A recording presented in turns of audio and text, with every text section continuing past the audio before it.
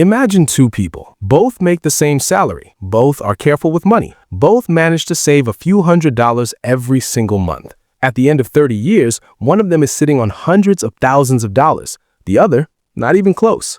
Maybe a fraction of that. Same income, same discipline, completely different outcomes. What's the difference? It's not about working harder. It's not about cutting more expenses. It comes down to one simple decision that millions of people get completely wrong, and most of them don't even realize it. Here's something almost everyone believes when they're starting out with money. Saving is smart and saving is safe. And honestly, that belief makes total sense. We're taught from a young age to save, put money away, don't spend it all, build a cushion. So people open a savings account, start putting money in every month, watch the balance grow, and feel good about it. They're being responsible. They're doing the right thing. But here's where it gets interesting. Most people assume that because they're saving, they're building wealth.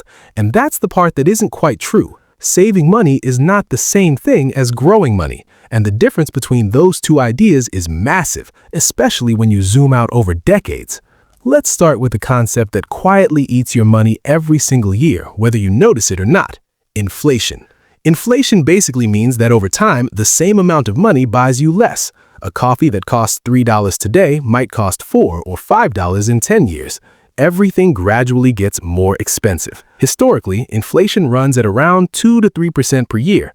That doesn't sound like a lot, but here's what that actually means for your savings. Say you have $10,000 sitting in a regular savings account.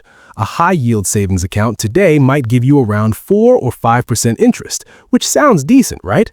But once inflation takes its cut, your real gain is tiny. And in many periods of history, savings account interest rates fall below inflation entirely, meaning your money is technically losing purchasing power, even while the number in your account stays the same or goes up slightly. Now let's look at the other side. What happens when you invest? When you invest, say in a broad stock market index fund, your money participates in the growth of real businesses.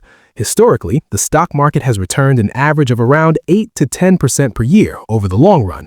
And here's where it gets really powerful. Compound growth. Compound growth means your returns earn returns, not just your original money, but all the growth on top of it, growing again and again. Let's make this concrete. Imagine you put $10,000 into an investment that grows at 8% per year.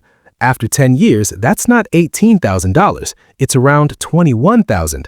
After 30 years, it's over $100,000 from a single $10,000 investment. Now compare that to leaving it in a savings account at 2% interest. After 30 years, that same $10,000 becomes maybe $18,000. You've barely kept up with inflation. Same starting amount, wildly different results.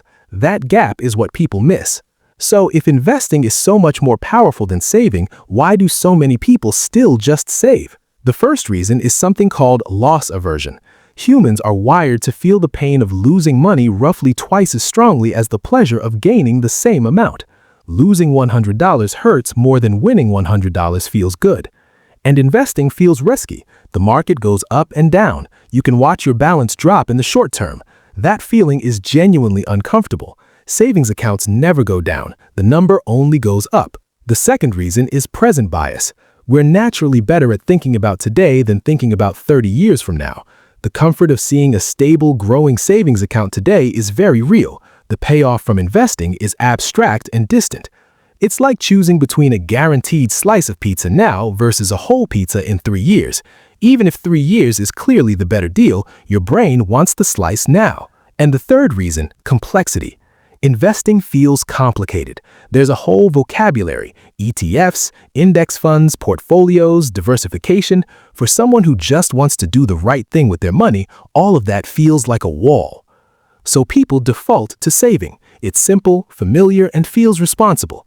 The problem is, it's the less powerful choice. Here's the irony. The behavior that feels safer is actually the riskier one over time, because while you're protecting your money from market swings, inflation is silently shrinking what that money can actually buy. So what's the move? What should you actually take away from all of this? First, saving is still important. You absolutely need an emergency fund, money that is safe, accessible, and not subject to market swings. Most financial thinkers suggest 3 to 6 months of living expenses as a baseline. That money should be in a savings account. That's exactly what a savings account is for. But beyond that emergency cushion, money that you don't need in the next few years should be working for you, not sitting still, working.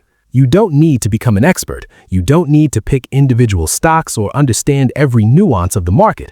Some of the most effective strategies are also the simplest: regular contributions to a broad, low-cost index fund consistently over a long period of time. Time is the most important ingredient.